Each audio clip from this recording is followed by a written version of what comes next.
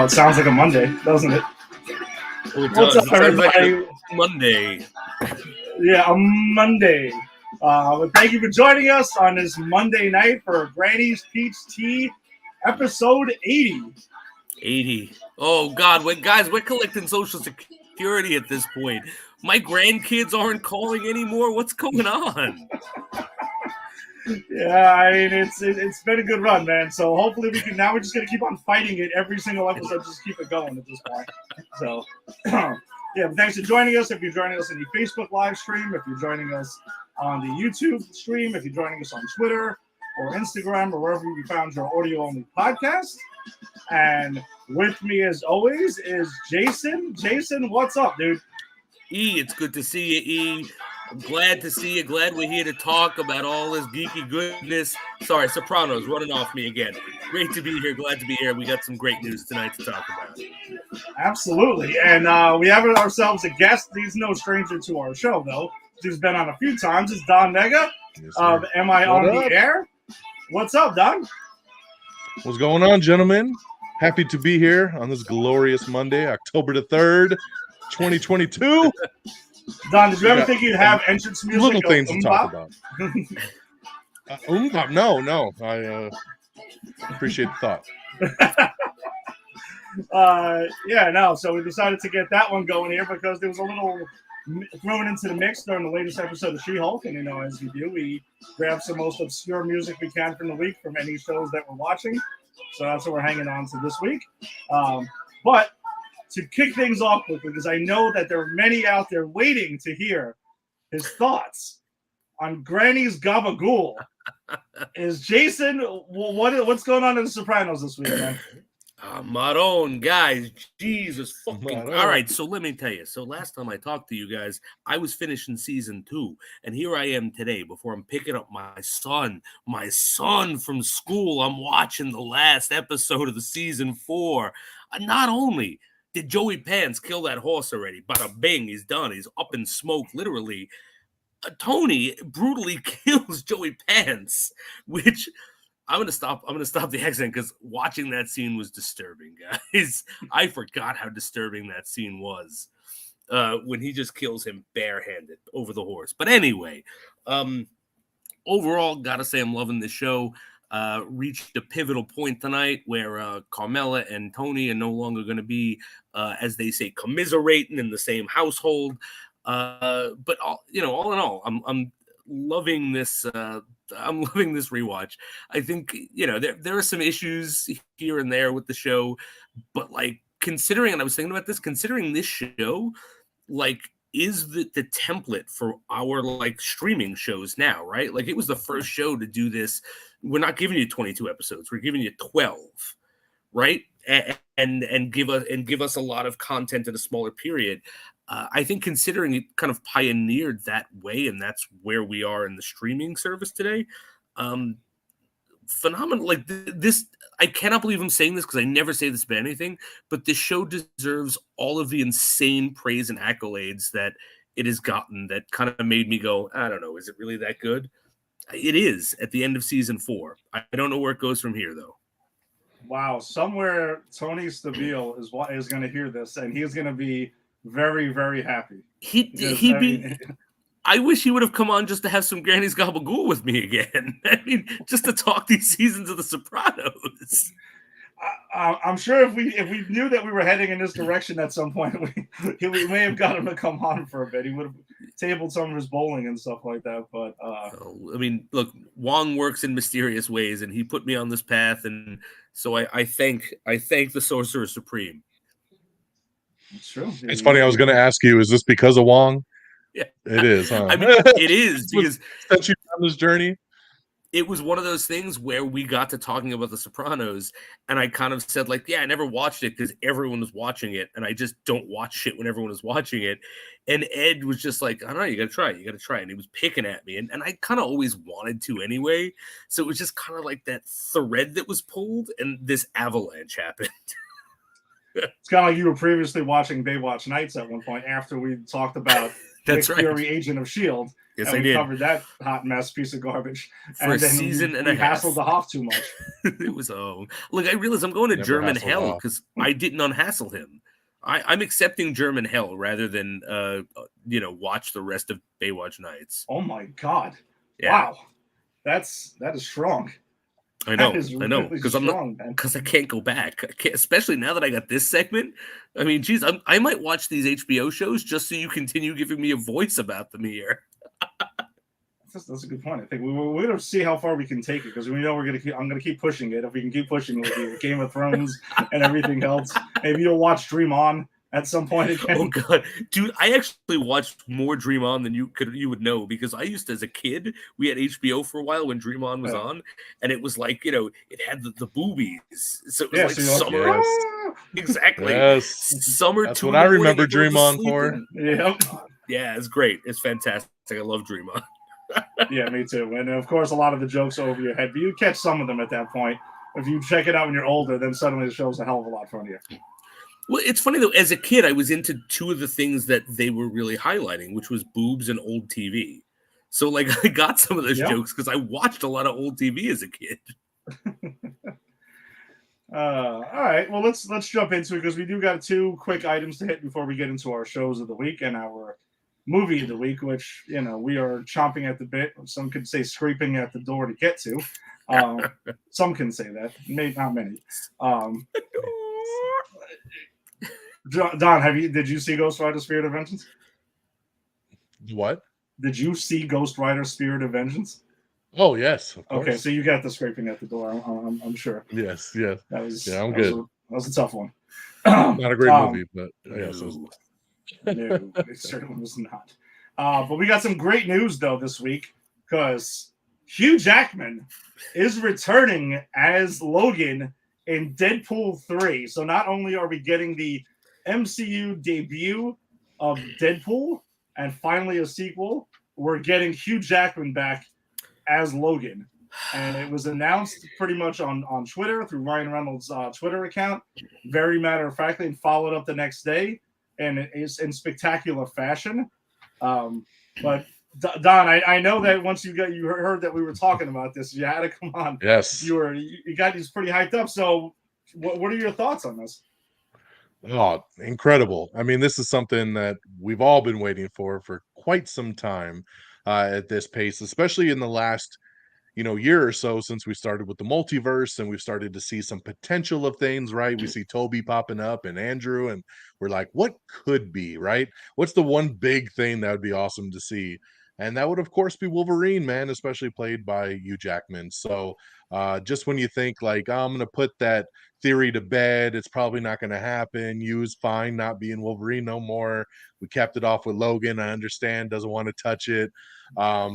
This is the perfect vehicle for it, right? Like being a Deadpool movie, having it be something that they can play with the multiverse, and and still my take on this is that this movie will be primarily in that Fox kind of universe for most of the film, and then something will happen with the multiverse that will bring Wade into the MCU, but you stays over there, right? So then we're not really getting him into the full MCU.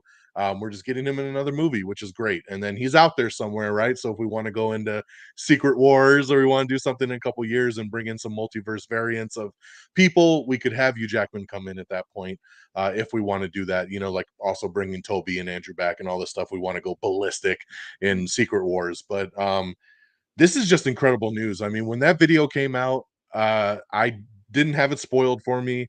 I jumped on, I watched the video right away, and just a hilarious. Nobody does marketing like Ryan Reynolds, and just having him kind of be like, hey, this is a big deal, we're going into the MCU, what can we do? And then just like, we don't got nothing, right? Like, I don't know what to do. It's empty up here, but I had one idea. And then you see Hugh Jackman walk by and it's just like, you want to be Wolverine again? Yeah, sure, Ryan.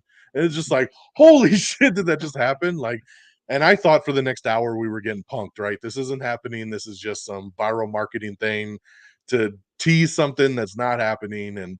But then, all the trades started talking about it, and then it was confirmed that yes, he is coming back for this. And then when you saw that follow-up video the next day, it just really solidified it so much more of like, we're gonna have fun, we're gonna go into this. Logan takes place in 2029. we're not there yet, right? So we can play around with it first. He's not dead yet in this timeline, and then that still stays a thing, So hilarious. We found out also after the fact that Sean Levy, who's directing Deadpool 3, is the guy that directed those couple YouTube videos for the Ryan Reynolds and Hugh Jackman. Obviously, Hugh Jackman with a relationship with him as well from Real Steel. So like it was cool to see the pieces kind of all come together and make this a thing. And this has been the biggest comic book news probably ever when it really comes to film. I mean, because we've been waiting to hear something about Deadpool 3, and then they've been teasing the Logan thing throughout Deadpool 1 and 2, right? And you're just been waiting for it to happen. You think it's not, and then now to have it in the MCU. Thank you, Kevin Feige, as they said in the second video. So incredible news. And definitely we're still stoked and riding that high for sure on that. Yeah, absolutely. And I do love the fact that, yeah, like you said, that they doubled down on giving a slight clarification regarding Logan, and then completely just, having fun with us and blurting out everything that they're talking about, and that whole thing on the couch was really, really funny. Jason, what are your thoughts on Hugh Jackman coming? I mean, Hugh Jackman will be in an MCU film. No, this will never work. This will never work. I'm done with the MCU. This Phase 4 is ruined. Now, of course, what do I feel? Come on. Yeah. The guy from Greatest Showman, get the hell out of here, right? Yeah, right, exactly. Who does he think he is? No, I mean, this is fantastic. I mean, I was completely, and I love Hugh Jackman as Wolverine, but I was completely okay with never seeing him again after Logan, because I think Logan is a beautiful swan song, right? But I don't know, considering the relationship that Ryan Reynolds and Hugh Jackman have outside of the screen, they're obviously friends. They've got great chemistry. If they're not, whatever the fuck their relationship is, they got great chemistry. It just makes me so excited for this movie, because I know how much Deadpool and Wolverine grate each other, and just how funny that is to put them together in the comics. And I think no matter what Deadpool does in the MCU, and no matter, what Wolverine they get, and I'm sure it'll be a great Wolverine, we'll be talking about it differently, but I think this is the perfect moment to have this perfect, Deadpool Wolverine, movie. And I think there's no other time for it. If we wait too long, Hugh Jackman can't do it. And I don't know. I just think it's perfect everything, and I'm very excited about it. That's what I'm saying. I'm gushing like I'm a schoolgirl. Yeah, and they've also shown his he's already back to his workout regimen, because he talked about that when he was hanging up the claws after Logan, was that he was eating chicken and broccoli for a year or so and stuff, and he was hating that, and it takes a lot, because the dude's getting bigger in every movie. It's just right? He's training harder, and it has to be nuts to be able to get it to look like that. And he's going to do it in the MCU. He has to, or do it at all. He has to do it perfectly, and in the way he wants to do it. So, well, he's also such an insane professional. He doesn't look in those later X-Men movies. No one would have noticed if he wasn't as big. You know what I mean? But no. But he makes that choice. He puts himself into these roles, and that's what makes him so good. I don't know. I met him as Wolverine, and then when I saw him hosting the Tonys, and he's a song and dance man that first year, I'm like, what? Because he's so talented. But this is the price he pays for it. But Hugh, thank you for your service. Thanks for the sacrifice, brother. I'm really looking forward to your art. For real. And I actually, me and Angie and Jason, and me, Angie, and Burr actually got to meet Hugh Jackman at the Wolverine, at the premiere for the Wolverine. Nice. And was he nice? Tell me he was nice. Oh, he was super nice. We have selfies with him, multiple. I've heard nothing bad about that guy. Yeah, no, he's super nice, and they did a Q&A beforehand, and they picked random people, and Angie got to go ahead and ask him a question before that, so she was all blushing and everything like that. It was a really cool thing. So, and Rick later on was criticizing me for saying how much I enjoyed the Wolverine, because he's like, oh, well, you met Hugh Jackman right before it. No shit, you thought it was awesome. But I kind of felt like I enjoyed 75 to 80% of that movie. It's a good movie. It's solid. The Silver Samurai stuff falls apart and gets wonky at the end, but that's it. Mostly, I enjoyed it. Yeah, it's a great movie. Yeah, it's not perfect, but I love that movie. I think it's real fun. It's Yeah, much better than Origins. I think we can all agree on that. Oh, absolutely. Do you guys think we're getting him in the suit that was teased in the Wolverine at the end? I think it's quite possible. I think it's quite possible. Or do you think they go full yellow and blue? You get brown and yellow? I think we could see a couple suits. Okay. We could see a couple suits. Yeah. But I think we'll finally get him with the helmet on. I think we're going to do something a little different this go around, being in ties with the MCU, and this is their chance, go, and you can go crazy in a Deadpool movie once again. So, he could be in the full suit, and you could just have Deadpool be like, "You look like a fucking idiot. Take that mask off." I mean, that's okay, like, and then, but at least you got it right for a second. So there's so much we could play around with in Deadpool, which is awesome. Yeah, and it kind of makes me think of like how they acknowledge the original suits and like in Luke Cage and in Iron Fist and things like that. Like there were quick acknowledgments of it, but then they kind of like moved on with it. So that's a pretty good idea. Like they can do something kind of like that. So you do it, but then you kind of acknowledge maybe it looks a little goofy. So we'll just keep moving. So, all right. And there was also some pretty big thing that dropped completely out of left field. I personally didn't know it's coming at all. I know the MCU typically does 9 a.m. Eastern time drops for their ticket sales and their new trailers, but usually you kind of see some rumblings about it. I didn't personally. I mean, Don, you either, right? Yeah. I didn't see anything. Yeah, no, that's what. Yeah, super shock. I woke up to somebody messaging me being like, "Tickets are on sale," and I was like, "What?" Like there was no heads up on that whatsoever. And then I go to look for tickets, and then that trailer popped up, and I was like, "Oh Jesus!" On top of the tickets on sale, we got a second trailer, which I was expecting a second trailer to drop at any moment since we're a month away, So, but yeah, super shocked. Yeah, usually we have a way bigger heads up that next Monday tickets go on sale, something like that. But I'm glad to say I've secured my tickets and for November 10th in the IMAX, and yeah, I'm excited, man. That trailer. Woo. Let's go. Yeah, same thing. I woke up this morning because I was fortunate to be working from home, and Angie, like my wife leaves early, and then I went ahead and heard my dog barking at the door to like let her back into the room. So I wake up and I was like, it's 9:40 or so, and I turn my phone on. I'm like, all right, I'm up, and then I see it, Black Panther, Wakanda Forever, and the first thing I did was I went, bought the tickets, grabbed 4 tickets because for me, my wife, our friend TJ, and Jason, and it was like, well, I'm gonna get you the tickets. If you're coming, great. If not, then I'm sure it won't be tough to find somebody, right? For sure. Exactly. So you just buy the group, yeah. Yeah, exactly. We have our 5 o'clock for Thursday night too.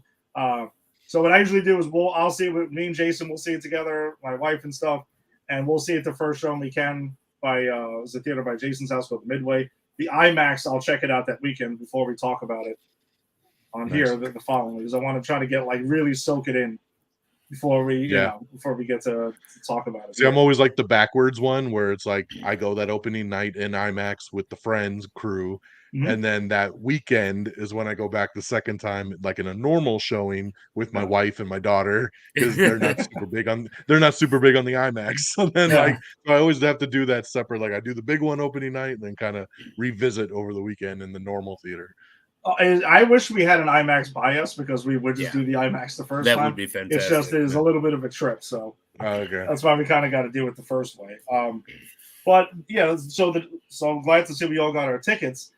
I hope everyone else out there grabs yours now, because I'm sure this is going to go pretty quick, especially opening weekend. And no problem, right? Like there was no problem getting tickets as far as I saw. No, because I don't think anyone knew. Which, because I could tell you what a cluster Doctor Strange was, Thor was, Spider-Man was. Those sites were crashing like crazy, like for those other Marvel movies. So I thought for sure we were going to go through that again, but it was probably because no one knew they went on sale, so we got lucky. Yeah, maybe this is the model. Maybe this is the model moving forward to save the websites from crashing, I guess. Don't advertise it. Just don't advertise it. We'll just throw it on you, and whatever happens, happens. I mean, kids are in school. People will find out sooner or later. Yeah, exactly. But the trailer, though, let's talk a little bit about this trailer that we got here. I think Rick might be the only person that I know of, or even on our Facebook page, that is really under this idea that Shuri isn't going to be the next Black Panther. Yeah. I was like, what is going on? I don't know what Rick is thinking. I mean, it's obviously right. She was the Black Panther in the comic. This is like canonically where the character goes. Yeah, and I think which unfortunately Chadwick's passing just kind of like accelerated that to happening. It was kind of like the logical choice where to go. Rick's idea of resurrecting Killmonger and making him the Black Panther, I'm like, that's no, let's not do it. But yeah, so we get to see her in costume for the first time at the end of the trailer. We get a lot more Namor action in this one, which I mean, that was to me that was almost front and center. And we get to see Ironheart as well. We get to see Riri Williams in action for a little bit too, in the classic Iron Man view from inside the helmet and stuff like that. So I thought that was pretty cool as well. But for a trailer, now grading the trailer on its own, yeah, this trailer did the job for me. It got me more excited for the film than I already was. And I've been really excited for this film because obviously the first one is phenomenal. But like we've got, and I'm not, this isn't complaining about it, Don. Well, yeah, you were on when we talked about Thor: Love and Thunder and everything else. Like we're enjoying the comedic aspects of a lot of Phase 4, but I am kind of yearning to get back to like a bit of more of a serious tone and that. And I got to imagine this is definitely what we're getting here. Especially these trailers have been tear jerkers. I mean, because of the Chadwick aspect of this, that's probably. I don't think we're getting screaming goats in this one. No. You don't think so? Just my guess. Spoiler alert. Damn it! Are you saying there's no screaming goats in Wakanda? Jesus. We're saving them for the third. We gotta go out big for the trilogy. Exactly. Jason, what are your thoughts on the trailer? How did this one hit you? Yeah, no, I mean, I like the trailer. I'm excited for this. I'm glad to see that. I mean, I knew he was going to be there, but I'm glad to see M'Baku because I just love that character. And I'm really hoping since Chadwick is unfortunately not with us, and I'm hoping that he gets more of a heroic role, like he gets a step up, because I know he's not necessarily a hero in the comic, but that actor and the way they crafted the character in that first one, I think it would lend to it, especially because there's going to be a vacuum. But anyway, I'm glad to see him. I was glad to see more of Namor. We get to see him fly on his wing, like his wings, which I thought that was cool, right? Yeah, that was cool. That was cool. And I didn't think they'd do it. I didn't at all. Oh no, I didn't think so at all. That shit looks so stupid in the comics. I was like, it's not gonna happen. And he came floating in with his little ankles, and I was like, that looks pretty cool, actually, man. He did it. They did it. That's awesome. And yeah, getting to see Shuri in the Black Panther outfit, because let's face it, it's Shuri in the Black Panther outfit, and it looks great. So yeah, this got me more excited for the movie than I was, for sure. Yeah. Don, your thoughts on the trailer? Yeah, awesome trailer. Definitely not as good as the first one. That first one, man, with that, no woman, no cry. Like it is a sad ass, strong trailer that just gets me every time we see it, right? But I didn't expect that for this trailer. I wanted to see a little bit more. What's the story about? A little bit more of the action, a little bit more of the characters, and that's exactly what this one gave us. That's what was great about this one. Like I said, seeing more of Namor, seeing like what he brings to it, seeing that he can fly, seeing that he is this powerful mutant that we think he is. The Riri Williams stuff, seeing her in the suit and taking off in that Mach 1, just seeing everything kind of come together with the action. Everything hits, and it hits hard. I mean, and it needs to, because this is going to be a 2-hour 45-minute movie, and they got a lot to bring, right? We got a lot of story to tell of how we get from A to Z in this movie.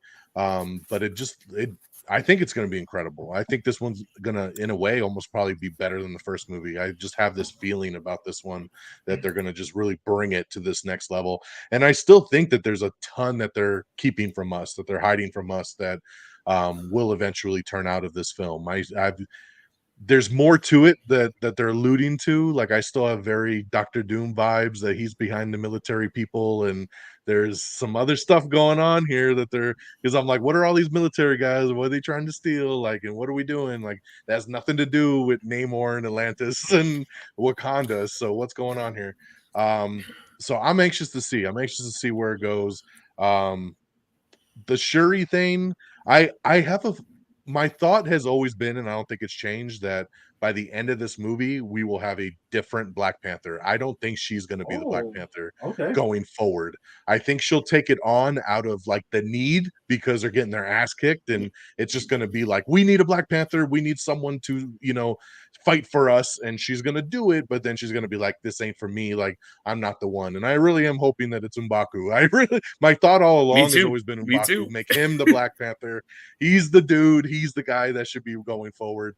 And maybe it will be, because she's like, hey, look, I'm the brains. Like, I'll help make the tech, but like, I'm not the warrior, right? I'm not the one to protect Wakanda, and M'Baku is, right? Like, or someone else is. Like, why wouldn't it even be Lupita Nyong'o's character, right? Like, she was the warrior, like, or even Okoye. Like, why is it Shuri? Like, Shuri's not this badass fighter, you know what I mean? She's the tech genius. She's the, Tony Stark. So I'm hesitant to think like going forward, this is just our Black Panther.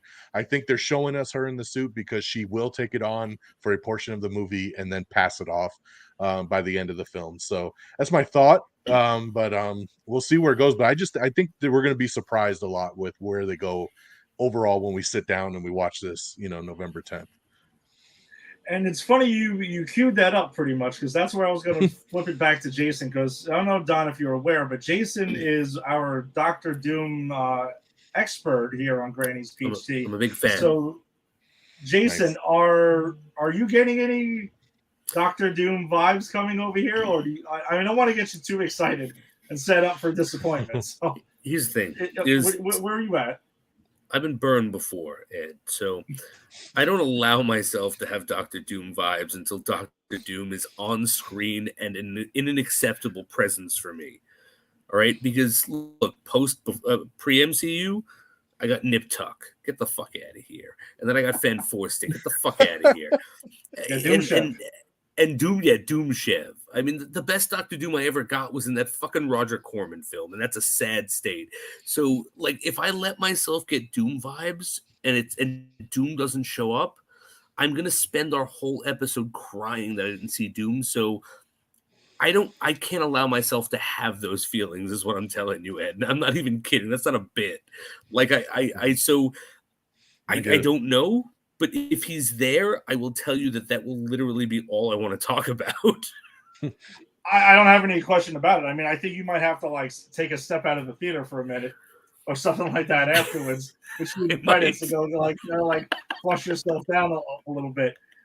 Just rush out and have a cigarette. I haven't smoked cigarettes in decades. Just go out and have a cigarette. Oh yeah, Doom, that was great. That was a whole lot of Doom. So you're gonna take the MJ route and just like set yourself for disappointment. Expect disappointment, so you'll never truly be disappointed. That's exactly what I do with Doctor Doom all the time. But you know what though? Whether it's here or it's somewhere else, when he does eventually appear, God level happiness, because I wouldn't let myself, get too excited. I feel you 100% on that, because that's exactly how I am with Henry Cavill and Superman. Like, I feel like I've been burned so many times, and now there's all these rumors that he's going to pop up in Black Adam, and I'm like, I want to freak out and I want to get excited, like we're going to get it, but I don't want to go to that movie expecting it and then it not happen and be like, son of a bitch, because that's what happened at Comic-Con, right? Because they were like, he's going to come out and they're going to announce Man of Steel 2 and all this stuff. And of course it didn't happen. So I feel you exactly what you're saying on this, because that's how I feel with Superman. I want nothing more. That's exactly it. So Jason, where are you at with the Black Panther? Are you also on the M'Baku train?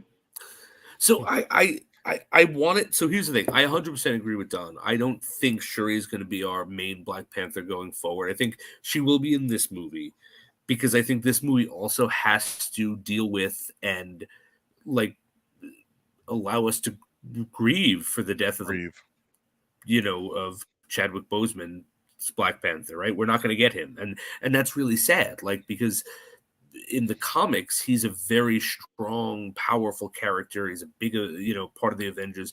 He would have been in the MCU had Chadwick not unfortunately gotten sick. So I think this movie has to do that, and I think one of the ways it's going to do it is to allow his sister to take the mantle in the movie. But I agree with Don. I don't think Shuri is a strong enough lead as the Black Panther to carry these movies to where they need to go. And I think it's either going to be M'Baku or it's going to be Okoye, right? That's her name, the head of the It's going to be one of those two, and I would be very surprised if it wasn't. All right, so I guess I'm the only one who's going to take it at face value and go with Shuri, but I do think that a majority of the film we're not going to have a Black Panther. My guess is she's going to take it up in the third act around that time. 2 hours, 30 minutes in. Yeah, exactly. Like when the shit's really hitting the fan, and then that's when it's going to happen. It's almost going to be like I'm going to reference Transformers the movie, the animated movie, of course. It's going to be pretty much as we get Rodimus Prime. It's going to be like the last 10 minutes or 5 minutes, and it's going to be in and out, and that's it. And hopefully she's a better lead than Rodimus Prime because, he was a wuss. I had that same feeling in the trailer when that thing opens up and she falls through. I'm like, that's 2 hours and 15 minutes into the film. Like it's gonna be way later on into it, which is gonna suck because it's gonna piss me off having to wait for Black Panther in a Black Panther movie. But hopefully the story's good enough to keep us riding along. So it kind of reminds me, it's almost like watching a film called Man-Thing. And then you wait. If we're an hour and 37-minute running time, and you wait until about hour and 14 minutes. Hour and 14. Oh, you wrote it down. Here's the thing. It is my only note for Man-Thing. Oh Man-Thing, an hour and 14 minutes. That's how I felt when Snake Eyes came out, that G.I. Joe movie. I was like, I told everybody a year before, I'm like, he's not gonna have the goddamn helmet on until the final scene of the film. And sure enough, that's what happened. He put that thing on and credits rolled. And I was like, oh my God, the Snake Eyes movie without the Snake Eyes we know, right? Like, so it just killed me, man. Like, I can't stand that stuff. Don, you're almost opening up some wounds here, because when we covered that film, we did this whole like G.I. Joe thing, like the G.I. Joe episode. We did. And and we just I almost forgot about it. I'm going to tell you the truth until you just brought it up right now. I was like, wait a second, that's Snake Eyes movie came out? Really? Holy shit. I'm being brought back to Christopher Eccleston as Destro. Oh my God. Hey, listen, we agreed. We think G.I. Joe Retaliation is the best of those three. Actually, movies. Yes, we did agree. Hell yeah. It is. You're not saying it's winning any Academy Awards, but no, but it's fun. It's stupid. It's fun. It's fun. Yeah, exactly. It's fun. I'll take it. I'll watch it any day. Absolutely. And you got The Rock. I mean, come on. Exactly. Can't go wrong. No. Franchise Viagra, baby. Exactly. And now he's doing it now with the DCEU. He makes your franchises rock hard. There it is. Brings them back from the dead. Let's get into our show of the week, because there was no new Stargirl, and we weren't exactly aware of that until it just happened. We weren't. We were all like, "Oh, we thought it was going to keep rolling." But as the CW does, it randomly takes off weeks because that's kind of their thing. Yeah, they do that a lot, actually. Yeah, they do. I feel like they just kind of want to drag it out as long as they can. Yeah. Well, they got like months. They got 9 months to fill with 22 episodes. So, yeah. So we got She-Hulk, which I need that time. Yeah. We got She-Hulk Attorney at Law episode 7, so we are winding down because there are only 2 left after this week's. But I think Jason and I kind of have to. Don, I want to get your take on this, but Jason and I will have to.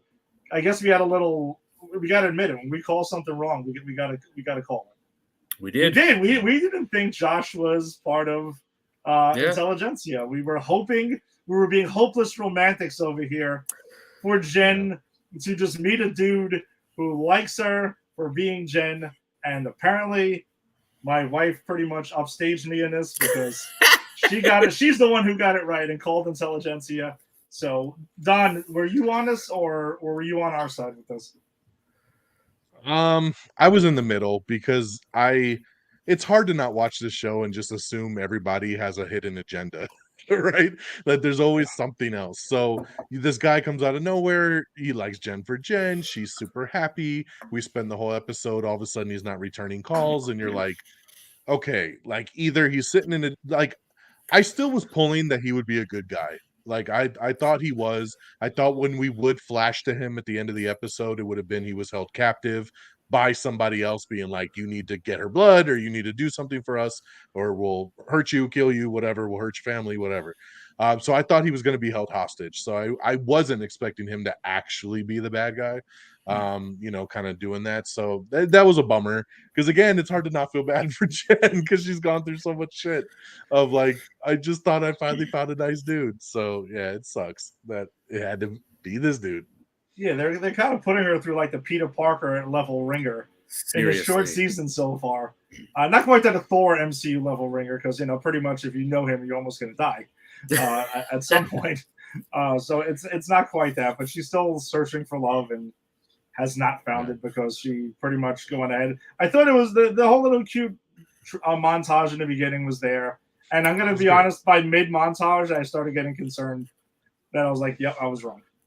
He's definitely a bad guy," because something's happening here. I actually, as soon as he didn't respond, I was like, I had the reaction, Don, that was like, I want him to be held captive, and I was in my head, I was like trying to make it work. Like, okay, if I were writing this show, how could I make that work? Did he step outside? How'd they get him? Well, that's ridiculous, right? Yeah. But I was like, no, he's the fucking bad guy. And I'm gonna tell you guys, I went from being team, what's his name, Brad? I remembered his name last week. Josh. Whatever. I don't fucking care. You know, because I want this guy dead. I want someone to. We deleted Josh off our contact list. Josh is fucking dead to Deleted. me. I want Abomination to come and step on his head. Look, guys, I brought Abomination. Oh my God! Step on Josh's head. It's crushing his head. He's crushing Josh's head. That's right. It's really because I couldn't find my man thing. I had to bring something on tonight. So pretty much, she goes and ghosts him in the morning, and Jen's kind of losing her shit over the weekend, but she just went ahead and slept with a guy, and he ghosted her and everything. So she gets a call, though, from Blonsky's parole officer saying, listen, Blonsky's inhibitor is acting up. I kind of need some backup. I need the muscle to come along. And pretty good muscle to call, because he's like, hey, I could use a Hulk. The other one apparently is obviously, he doesn't know where he is. We know he's on his way to Sakaar. So, might as well go ahead and call call She-Hulk. So they go, and we find out Blonsky actually has opened up his wellness center. I love this so much. Yeah, he actually did it. Because we were wondering if he was scheming too a little bit and things like that, but no, apparently he was just having therapy. Did anyone notice the name? Did you notice the name? I did not notice the name. What was the name? It said Aboministe. Yes, it said Aboministe. Aboministe, yeah. It was perfect. I was like, that is awesome. So good. Yeah, so he's actually doing it, and when Jen gets there and everything, like there's a fight between two gentlemen that he's helping, and they break her car down. It was Manbull and El Aguilar. Manbull. Manbull's So MVP of the episode for me, by the way. Yeah, he was the porcupine, baby. It was the porcupine. Oh, the porcupine's also awesome. Yeah. So, did you guys know that the porcupine's an actual AntMan villain? They're all taken from the comic books. Yeah, they're just super F level. Oh yeah, no question. They're digging to like in crazy levels here. I didn't know he was an actual AntMan villain. Yeah, I figured he was someone's villain, but I don't know. All those three characters, I'm sure they're comic book villains. I just don't know who's villains, except Porcupine is AntMan. Yeah, so Blonsky's the problem with that roundtable conversation was that when that guy came out and she recollected that, hey, this is the guy who tried to take my blood like 4 episodes ago, there was no real conversation there about like, what the hell was that about? Like, who sent you? Why were you trying to do that? Like, even though the guy was even trying to repent, like, I'm sorry, like, that wasn't me. I didn't mean to do that. Like, then it was like, I felt like that was the perfect opportunity to be like, I was sent and I was paid, pretty handsomely to go do that to you. Like, I just felt like they kind of just dropped it real quick, and then they're just chilling in the little round circle, like talking about their feelings. And I'm like, man, I wanted that to be, like that should have dug into like why, like who sent you, why did you guys attack me that night, and got some more info there. So that left me wondering what's up. Well, that kind of brings me to my next question, though, because I wanted to mention that they had the conversation and Jen's there. They're having this deep talk with Jen about the difference between Jen and She-Hulk, and she lets it be known that everyone likes to be everyone loves She-Hulk. She's the popular girl, and Jen is not, and everything. They make her feel better by the end of it. But to your point, though, Don, do you think that there's more to it? Because I agree with you. I did notice that they kind of like dropped that, and it would have been like, wait, you were with the Wrecking Crew. The Wrecking Crew was trying to get my blood. At the end of the episode, we do flash back, and we see that storyline overall for the season has not been dropped. So do you think that maybe he was trying to like play it off and infiltrate, and he's still working with Intelligentsia with the Wrecking Crew? Or do you think that is at face value of he's just a guy who is repenting? I think it's face value because he didn't know she was there. He was there for the session. She just popped up, kind of randomly. So it wasn't like he knew she was coming to play that out, because she was the one that was like, oh, wait, I recognize this guy. Let's do the flashback previously on, kind of thing. Which was great. Which was fun. That was a lot of fun. It was cool because he did look totally different, obviously, than he did in the Wrecking Crew part. Like, so I didn't, when he popped out, I was like, I feel like we're supposed to know who this guy is, but I don't. And luckily she was like, let's go back and run that. And I'm like, oh, okay. So I think he has repented, but it's still, it feels like a missed opportunity because, like, I don't know why, especially as a lawyer too, that she wouldn't have grilled him to be like, what was that all about? Like, why did you guys attack me that night? And found out more answers because obviously we still don't know who boss is, and who sent them. So that's what we need to figure out still. So, and I guess, and Jason, I'm going to throw it to you is, I guess that's my guess. That's my guess. Yeah, I got to imagine. We talked about it last week. We do. So when Intelligentsia, we know that Leader is a part of it in the comics, and Ulysses Claw is dead in the MCU, so obviously he's not. But they do acknowledge in Age of Ultron that he was a part of it, so that's kind of cool. Obviously, we're not going to see him again in it. But then we know MODOK is a part of it, and we're getting him in AntMan and the Wasp. Which, by the way, I did actually a rare moment. I did catch a leaked trailer.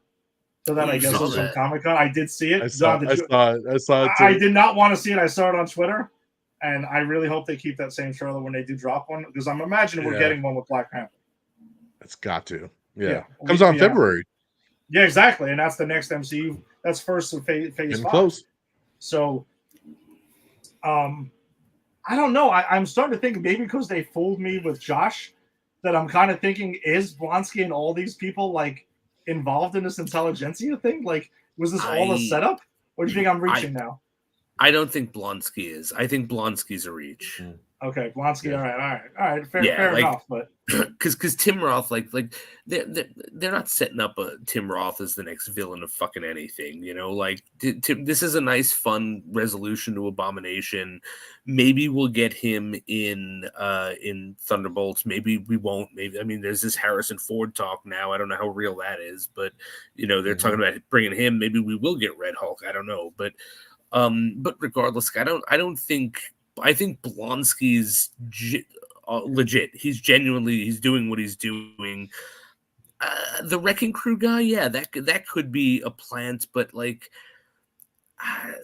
I don't know. Like, I don't know because like that he wasn't the leader of the Wrecking Crew. He was just a guy, right? Like, so I think maybe there's a dropped line where she does ask him, and he's like, I'm paraphrasing, but I don't know because I'm not the leader. I'm just a guy who takes orders. But I without that line, I agree with Don. It's like it does feel like a missed opportunity to not even acknowledge her trying. Like, had she said, "Hey, why did you do this?" and he went, "I don't know. I was just following orders." Right. Done. Exactly. We've resolution, but they didn't do that. So I don't know, and I don't think that they do these things on accident. So I don't know. Maybe they're leaving themselves some wiggle room. Yeah, that's what I'm saying. Because I think on face value, it's a huge missed opportunity, and the MCU doesn't really do that. Yeah. So that's why I keep on wanting to believe that there's more to it than what we've gotten so far. So I don't know. They got 2 episodes left. We know Alex on our page is dying to see Daredevil, as we all are. Dude, we all are. I cannot believe he hasn't popped up yet. Yeah, it's his only reason to want to watch the show at all, which I think is a bit extreme. But What if that's the post-credit scene for the last episode? I think it is. I think it is. I It's think not. this show has been trolling. No, I'm It's kidding, but not. like this show has been trolling the audience in so many Yes. aspects. If it was the post-credit scene of just him like in the yellow suit, I wouldn't be surprised. Like, because that's the ultimate troll. Yeah. But I hope it's not. I really hope it's not. It's not. I can guarantee it's not, because there was a mid-credits trailer that they put out, and there's a scene of Matt Murdock and her in the bar talking. Okay, cool. So we're getting more than just that flipping scene where he's in the suit. Awesome. You know. So yes, I can at least guarantee that, but it doesn't mean he's not just in the last episode for a couple minutes. You know. So you know, I hope. I've heard the rumor he's supposed to be in these last two, so hopefully they do bring him in, and they'll stretch it out for at least those last couple episodes. It's been bumming me out too that there's been no post-credit scenes. The show went from like every episode having one to all of a sudden like 3 now in a row that haven't. So I'm just like, God, what happened? Like, come on. Yeah, I'm not loving that part either. I need the post-credits. You had me all excited that you we were had gonna me get all 9 with 9 even if it was silly. scenes. Let's go. Yeah, it's fine. But yeah, so we had mentioned at the end of the episode, that's the big reveal, that there's a flashback to 3 days earlier, and Josh basically right after like ghosting her went ahead and copied her phone with his phone, and then was texting Hulk King, and you know, emojis with like getting her blood and everything like that. And that's where we left off, because obviously if she's in She-Hulk form, you're not getting any blood. And had to go ahead. I guess that was the idea, to keep her as Jen and to make her vulnerable like that. Yeah. That's where that's where we're at. I want to ask, because I haven't heard you guys talking about the show yet. Just real quickly, just what are you guys' overall thoughts on this show? Because this is a very divisive show I've seen on Twitter and Facebook and stuff. So just, do you guys thumbs up, thumbs down? Where are you guys at with the show overall? I'll go. I am enjoying the show for what it is. It's an Ally McBeal type sitcom, and they're nailing that aspect. I think they're accomplishing what they were set out to do, what we were pitched as, right? Now, as an MCU show overall, I give them credit for trying something drastically different, which is why I think the MCU works so well, and why I love it, is that we do get something different. But I do want more of these last 2 episodes, I'm going to need a little bit more action, a little bit more She-Hulk doing She-Hulk, and just tying this whole thing up. It has to be tied together somehow overall. It's kind of just what I think it's lacking. But overall, it is a fun show. I look forward to it every week. I'm having a good time with it. It's not one of my favorite MCU shows so far. I will say that, and that's not in a bad way, because I've enjoyed all of them to various degrees. It's not WandaVision.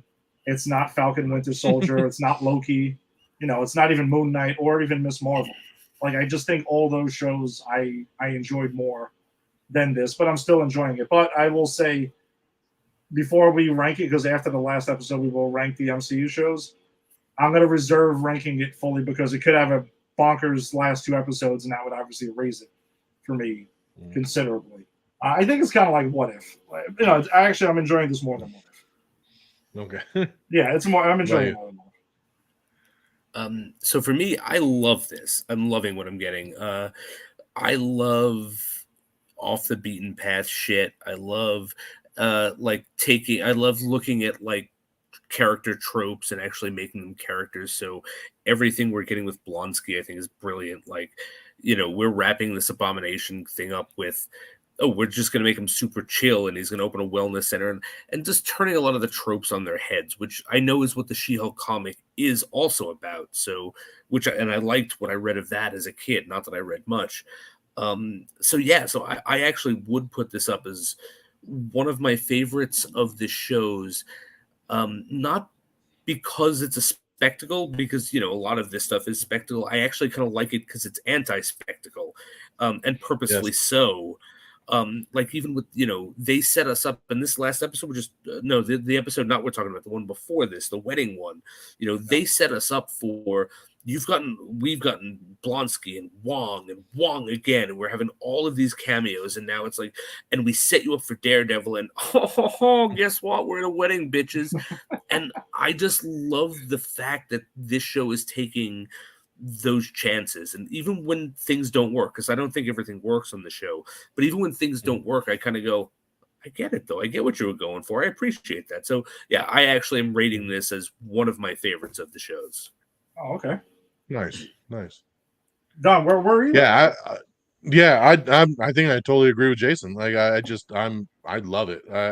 And I think it is because it is just a fun little show to sit down and watch each week. Yeah. Like it's not world ending. It's not, crazy bad guys. Like right now it's just fun.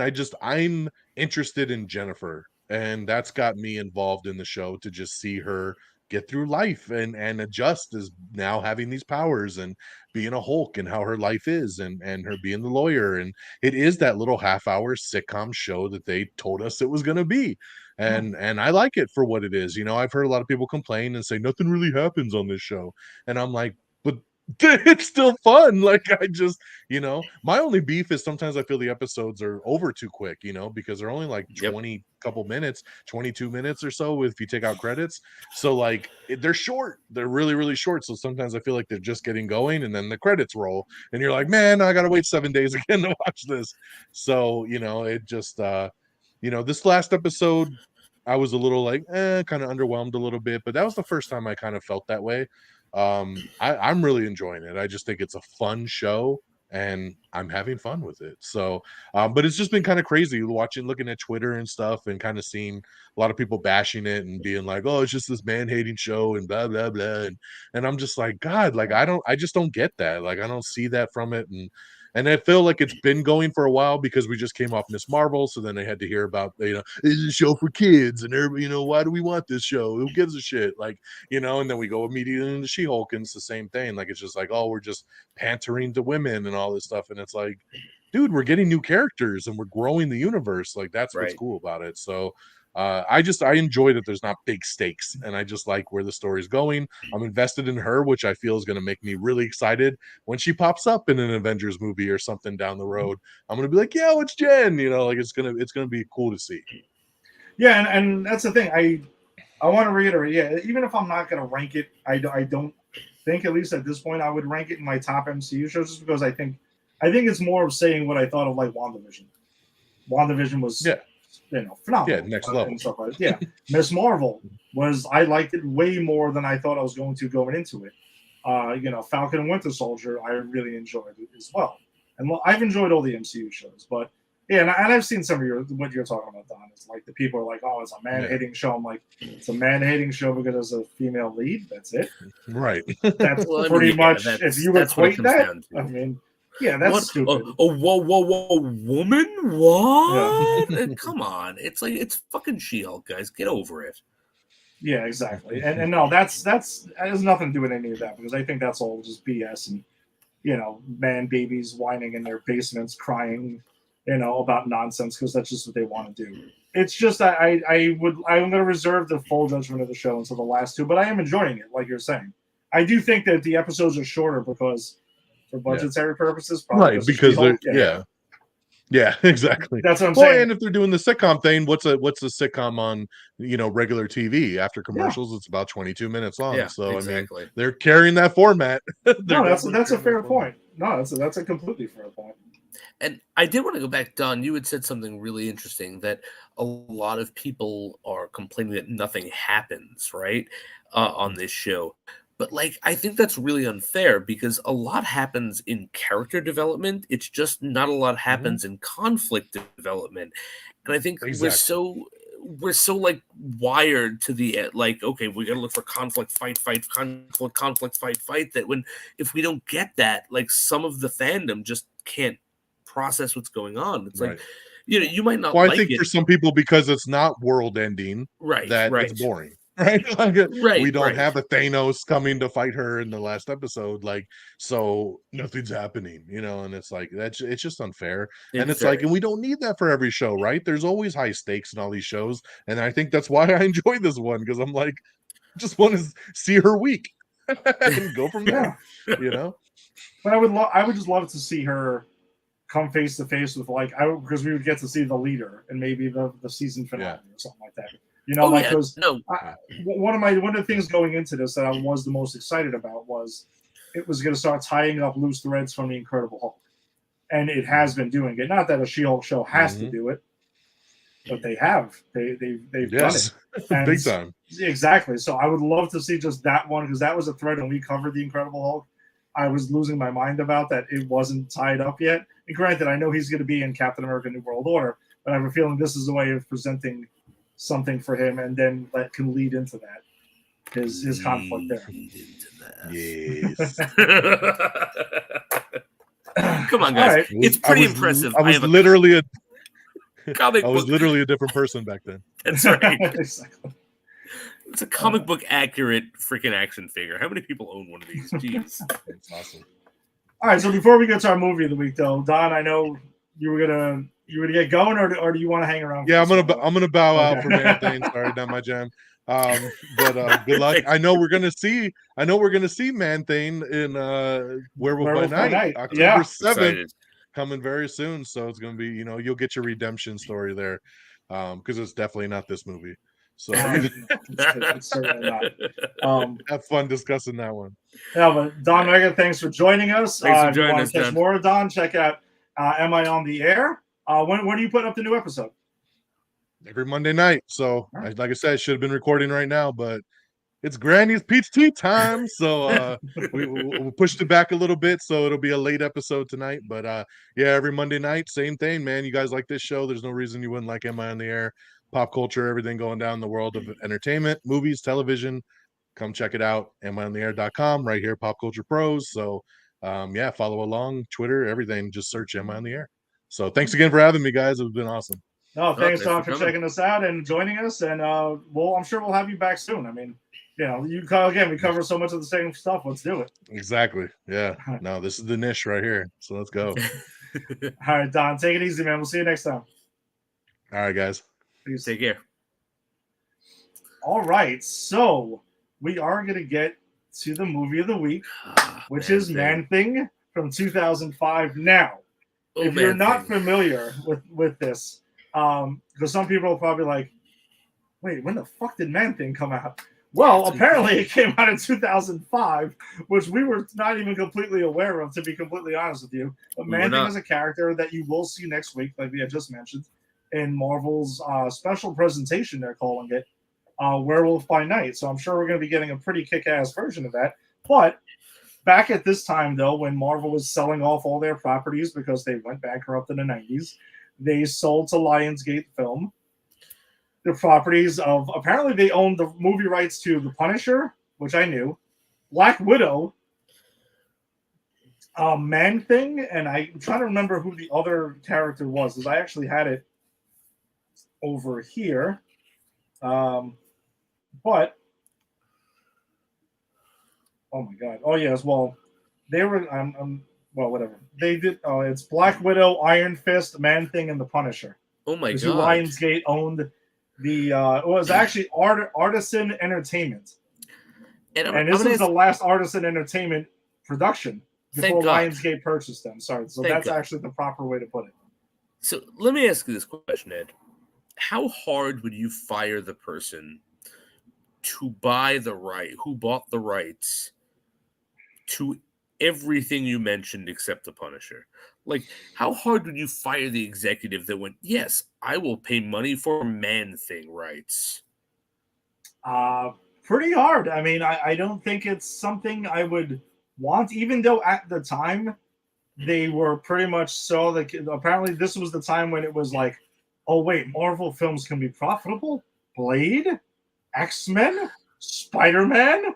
Let's just buy anything that they own and let's exploit the hell out of it. Yeah. That's kind of what, from what I understand, is what was going on here. And that's what they did. I'm happy that their greed was that the Lord brought down the hammer of justice on their greed, and they could not have made money off of this. Please, Ed, tell me they made no money off of this. So, as far as that part goes, because I wanted to clear this up because we were discussing. I knew you had it. We were. No, I have it. I have it ready. Okay. So, what happened was, this was when Lionsgate bought them out. they were going to have a theatrical release and then nixed that part of it. Cut the budget. No, this is before it was filmed. Oh, They wow. cut the budget down to $1.1 million. Decided, we're going to not release this theatrically. We're going to go ahead and have a direct-to-video, and then Sci-Fi got involved in it, and they distributed it through their Sci-Fi channel, which is why it was technically a Sci-Fi original. Now, it was released overseas in a limited release in Russia and a couple of other countries. It did make between $5 and $7.5 million. Okay? What? I'm sorry. Yes. I'm sorry. I actually did mix up the numbers. My correction. The box office was 1.1. The budget was between $5 and $7.75 million. Okay. All right. Okay. So there was obviously a massive loss and it bombed hard. But there's something of note here. Former Marvel, and I'm going to put in quotation, Marvel Studios CEO Avi Arad, whose name you've heard because he produced the Sam Raimi Spider-Man trilogy as well as the Amazing Spider-Man and Ang Lee's Hulk, and he produced a shitload of Marvel movies that we all know. He was a producer on this, but this was shot exclusively in Australia, and he decided not to go oversee the production, and apparently was quoted as saying they learned their lesson because this was a huge mistake to trust another whole production team and studio with their property because of what they turned it into. Wow, that's quite the journey we were just on.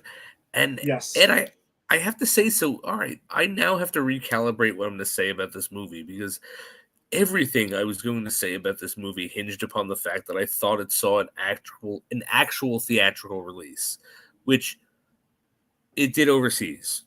Yes, so technically you're right. So technically I'm right, but now I'm just kind of curious. Wait a minute. So when this was, did it air on Sci-Fi or did Sci-Fi? Yes.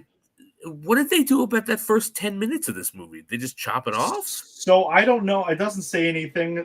And this is I'm reading off of Wikipedia, by the way. So it doesn't say anything based on what they did about the first 5 minutes of this movie. Because after the first 5 minutes is when I texted you. And going into this, we were expecting a Sci-Fi original film, kind of wonky insanity. But then after the first 5 minutes of this, we thought we were getting essentially a grindhouse film. And I was actually, my excitement level was going up because I thought that's what sells you in the first 5 minutes. Me too. And listeners, dear listeners, let me explain to you, if you have not seen this movie, and I hope you have not, let me explain to you what the first 5 minutes of this movie is. There's a couple that decide they're going to go out and fuck on the bayou. And so they take their boat and they go out in the bayou in the swamp. And then the woman takes her shirt off and there are boobs. And then it pans out and you see the guy's bare ass pumping on this woman. It's kind of fucking graphic. And then tentacles come and skewer them all in grisly ways. Like, the first 5 minutes of this movie is so promising. It's like a grindhouse movie or a B movie or something that's going to be so bad it's good. And then it just stops. That's the most interesting it gets in the first 5 minutes. Yeah, and that's what I kind of think that I'm now again for a film that has between $5 and $7.5 million budget, you're obviously super limited. But I thought we were getting the bill of goods of a wacky sci-fi channel movie. And again, we got nudity, cursing, R-rated. I mean, I'm like, holy shit, this is a Marvel property. Because they even do the page flipping thing in the beginning that they used to do. And that was so wild. Yeah, so I'm like, this is a Marvel pre-MCU movie. Okay, let's go. And I was like, wow. And I texted Jason, man, they're going to be, dude, this is unlike any other Marvel property we've seen before whatsoever.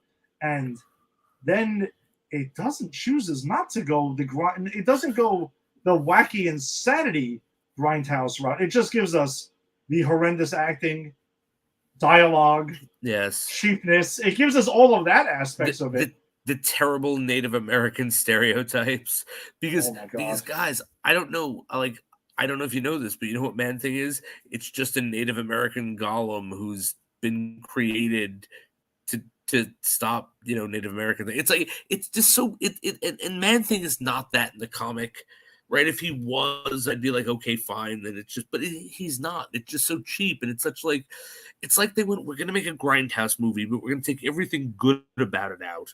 We leave all the shit. We leave the racism. We're gonna leave the fucking terrible dialogue and the terrible shots and everything bad. We're gonna leave in there, but we're gonna take the sex and violence and gore and fun out of it.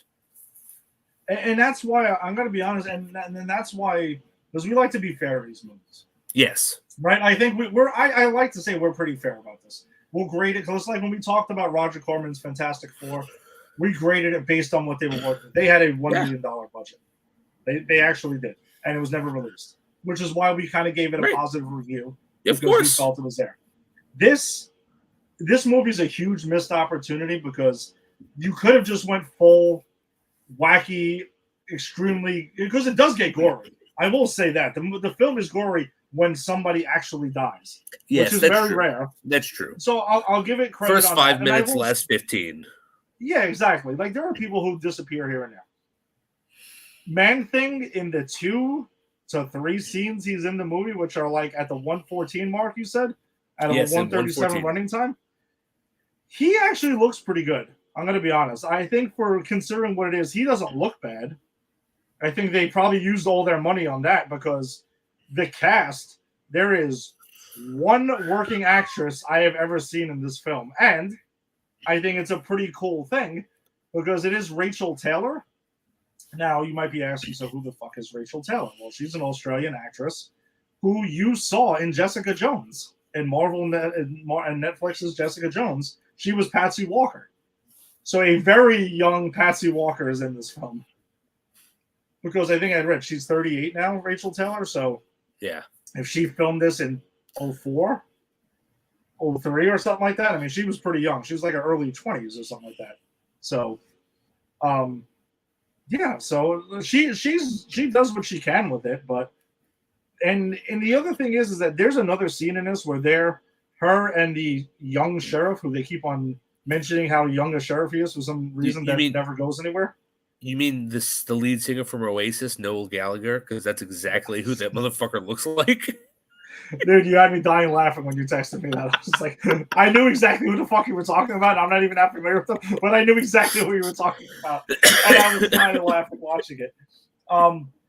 They just finished some action sequence, and then suddenly they're by the swamp and covered in swamp water, and then she takes her hair down, and they start like making out like they're gonna go at it before the main villain decides to interrupt them. And I'm like, and again, that's a grindhouse like trope nonsense. And I was like, are we gonna get like a sex scene here or something? But then they don't. So it's just kind of like they had the idea of wanting to be a grindhouse movie, and perhaps that's what they're like, let's just turn Man-Thing into that. But they don't go all the way with it, which is the problem for me. I 100% agree. I think, what'd you say? This movie, they had $7 million budget? Between $5 and $7.5 million, it says. All right. I think the best thing that could have been done to this movie is slash their budget to $3 million.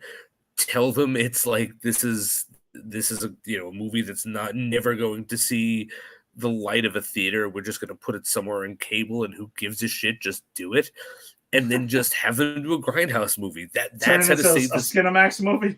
Right? No, I'm not even saying like look.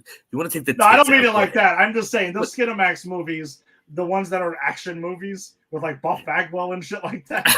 Okay. You know what I'm talking about? Like they do have crazy action and like horror or something like that, and then you have the completely out of left field sex scene for no reason. That's it. And then they pepper those through in. That is exactly what I'm saying. Then yes, turn this into a late night 80s, 90s cable TV movie and slash its budget, because then at least you have to be interesting. This was not interesting. No, like the first 5 minutes was interesting because we all went collectively, you and I, who else has seen this fucking movie? But like, went what in an MCU movie or in a Marvel movie? That's crazy. Yeah. And then it was boring, and there's nothing that happens. Nothing. I watched the movie intently. I remember it very well. I could tell you, like, the plot, it doesn't matter. Who cares? It's not at all interesting, and it only becomes interesting at 1:14. And that's because that's eventually a Man Thing, and then like, but at that point it's too late. I didn't care. I genuinely, when he showed up, you're right, he looked good and he killed some people. I was like, wow, it's Cthulhu Man Thing. He's got Cthulhu shit going on. But it's like, I didn't care because the movie didn't for an hour and 14 minutes. And essentially the movie is just pretty much, if you want to go with a very brief synopsis of it, is that, big petroleum oil came in and they went into a swamp and they went on some Native American land. And then the Native American land fought back, and Man Thing is their protector, and they're going to take down big oil and we're going to stop them. But there's a new young sheriff in town and he's going to solve things, and he kind of does and sort of does. Huh? Because he never looks back in anger. I'm sorry. But I mean, he's protected by his wonder wall, you know? I mean, that's what we should have opened the show. I just kept the inside joke to ourselves. We should have never mentioned never explained. So he is going to solve the crime of these mysterious murders that are going on because Man Thing is behind them. And there's some weird townie people that are hillbillies that show up occasionally who have no character development. They're just, hey, we're hillbillies and we're here. And they're in a swamp, and that's it. That's essentially the movie. I mean, did I leave anything out? No, you didn't. And like, there's weird shit. Like Sheriff Noel Gallagher goes into the diner, and those hillbillies you're talking about are like menacing him. Like, oh, you're the new sheriff. Oh, we could kick your ass. And it's like, and Noel Gallagher's like, I don't know, a champagne supernova in the sky. Damn it, I blew all of my knowledge of Oasis in those first two jokes. But anyway, damn it, man. Sheriff Noel Gallagher is just like, well, I could take you in. You should get away. And it's like, A, why are we spending 10 minutes here? And B, you're the sheriff. Why are you accepting them menacing you in a public forum? Get out of here. I have no idea. And that's the thing, too. That's my problem with this movie, too, is even the internal logic of this bullshit, boring, towny existence in this swampland, which I don't care about, right? At all. But even the internal logic of that doesn't make sense. Because you have these weird fucking hillbilly people who live on the swamp, but are also shitting in the swamp and fighting in the swamp and getting killed by the swamp. And then they're menacing people. None of it makes any sense. And what happened to the old sheriff? Well, the swamp got him, but he was also killed by the, I don't know, old white guy number 1, who's the villain of this movie. Like, I don't remember his name, but I don't. There were so many layers that lead to nothing. Yeah, it's really poor. And again, we're not bitching and complaining because it's obviously like, what were you thinking about? What did you expect watching a sci-fi original Man Thing movie? It's not that. It's that this could have been fun, and we thought it was going to be fun in the first couple of minutes, and then it did the worst that we've said repeatedly, is that the worst thing you could do is be boring. And this movie finds a way to be boring when it had so much potential to be wacky, fun insanity, and it's just not at all. So absolutely. That was the disappointing part. That's what I thought we were getting into. Yeah, me too. I was excited for it. Look, I grew up, I'm an old man like yourself, Ed. I grew up in the sci-fi era of the early aughts, where it was like there was some crazy shit that happened. That was the Wild West of B horror movies. That was where you went for Grindhouse, these early 2000 sci-fi movies. And I was expecting that, and I would have loved that, but I didn't get that. So this is not me judging this because it was low budget. I'm saying slash the budget, make it cheaper, make it more fun, give it something interesting, because there's nothing of interest here. Yeah, that's the ultimately disappointing thing here. So, I mean, listen, if you want, judge for yourself. We're not recommending you watch it, but if you want to, it's on Tubi for free, which is how we watched it. Yeah, with limited commercials. Whatever. Commercials weren't bad. Yeah, it was fine. They were a nice reprieve. I got to stretch my legs. I got to stop worrying about swamp politics for 5 seconds. And you actually said earlier was that it did remind you of what you saw. And I did watch the entire season of Swamp Thing. That was the DC Universe show that went to CW. That's very much what this reminded me of. You barely saw Man-Thing. You barely saw Swamp Thing. And it was a lot of, as you just said, big oil guy comes in, swamp politics are going on. It's just, it's almost like the same thing. Yeah, So, I didn't repeat it because I didn't remember if I said it on this show or not, but because I said it right before we went on. But no, you're right. It's the same thing. It's like it's this grab ass of like, oh, we're working on the environment. We're fucking with the environment, and we're locals and we're townies, and you're from out of town, and it's like, guys, this isn't called local swamp politics. It's fucking called Swamp Thing and Man Thing. All right, I didn't come here for your Bayou shit. It's great. I would watch a show about Bayou politics. Don't get me wrong. I think it's interesting, and I would love to see it, but not when I'm coming to a Man Thing or a Swamp Thing show, you know? And that's how I felt here. It's like I was invited to the wrong party. Yeah, that's a good way to put it, actually. Well, all right. So, anything else on Man Thing before we wrap this up? Just, you know, I'm gonna say that the glaring absence of Howard the Duck, because I do know I did do some research when we did that Howard the Duck episode, and Howard the Duck was created actually to be some foil for Man Thing, or was used heavily. I don't know if he was created, but anyway, why wasn't Howard the Duck here? Give me a duck egg. We were in the bayou. Aren't ducks on the bayou? I don't know. Where's that show? Well, it's maybe probably because they couldn't afford it. That's right. It wasn't in the bundle. They bought Punisher and had to pay for Black Widow, who was nothing at that point. She's great now, but was nothing at that point. They had to pay for Man Thing, and what was the fourth one? And Iron Fist. God. Were they planning to make like a movie and have them form together in one film eventually? How great would that have been? Frank Castle's in the swamp trying to look for Man Thing, and then he's teaming up with Black Widow, and then Iron Fist shows up to like save the day, and they all fight Man Thing. I don't know. I'd watch that. I would watch that over this shit. I'll tell you that much. Oh God, yeah. So I'd watch that twice over this shit. Well, I think it's pretty much how this one had to go. So yeah. All right. As we stretch it out and wind this episode down. So some will say we've reached our wonder wall at this point of the episode. So thank you for joining us this week for episode 80. If you joined us on the Facebook live stream, go ahead and if you like what you heard, join the Granny's Peach Tea Facebook group. Also, join the Pop Culture Pros Facebook group. There's a lot of cool things that don't make the show that we talk about, and trailers and conversations that go on. So you can check that out. If you join us on YouTube, hit subscribe to Pop Culture Pros for all our past episodes and future episodes and all the other cool stuff that's on Pop Culture Pros. You can check us out on Twitter at Pop Culture Pros. Go ahead and give us a follow. You know, from all the episodes and stuff that we share out.